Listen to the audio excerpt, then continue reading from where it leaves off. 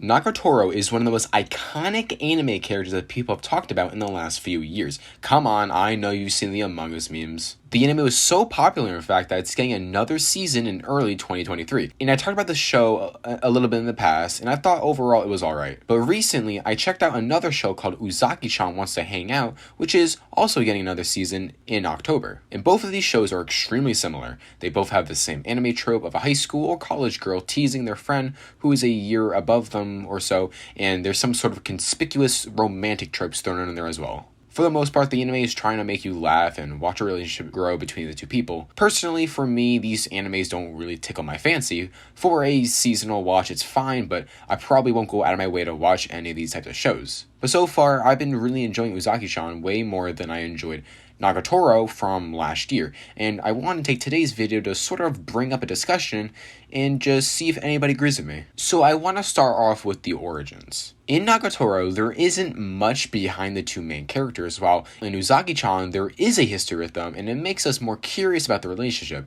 And it's not even that deep, it's just that the two were in the same swimming club in high school. But it also at least appeared that she was more reserved in high school, so it makes us wonder why she became this overzealous person in college. Another part I want to appreciate is that she waited an entire year to actually start talking to the guy, and it was way more believable as an entry to the relationship. It wasn't just random and spontaneous. But again, in Nagatoro, they just happily met, and she just begins teasing the guy really hard. Again, there's not much depth, and I want to just mention straight off the bat that Uzaki-chan handles the first episode of their respective anime way better than Nagatoro did. And while we're on the topic, I want to bring up the whole teasing thing. I know a decent amount of people have a problem with Nagatoro over teasing Naoto specifically because it seems like a borderline harassment. Personally, I don't see it as a problem, mainly because he's cool with it and all, and he seems to really enjoy Nagatoro's presence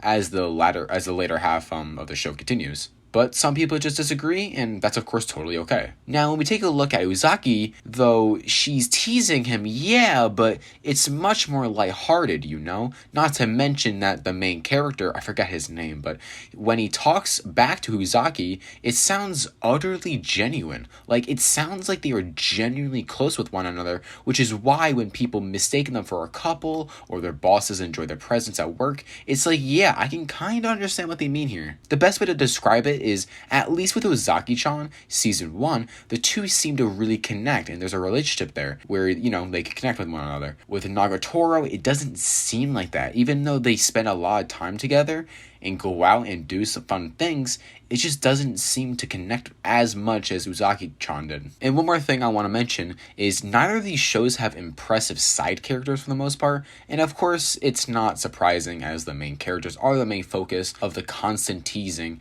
and whatnot. But I will say, in general, I do enjoy Nagatoro's side character girls, as they seem to steam up a bit of drama, right, with Nagatoro getting a bit jealous between them and Naoto. They actually make the anime a bit interesting because, again, there's drama. For Izaki, drama isn't really that present. It's mainly just cute stuff and just, you know, wholesome stuff. And at the end of the day, they are just side characters. So if there was one thing I hope from season 2, add some spice to the side characters, which they actually have a path with. So with the, a little bit of spoilers, I suppose, but one of the side characters has a crush on the main characters. So they have a path, and I really do hope in season 2, or maybe the later half of season 1 that I haven't seen yet, they kind of touch up on that and, you know, do something with it, because I think there's actually really potential with that. And for Nagatoro season 2, I just kind of hope there's more genuinity between Nagatoro and Naoto. And honestly, that's pretty much all I wanted to say in this video. I know this was a short and simple one, but I just wanted to kind of bring up this because I know both the shows are getting future content within the next few months, and, you know,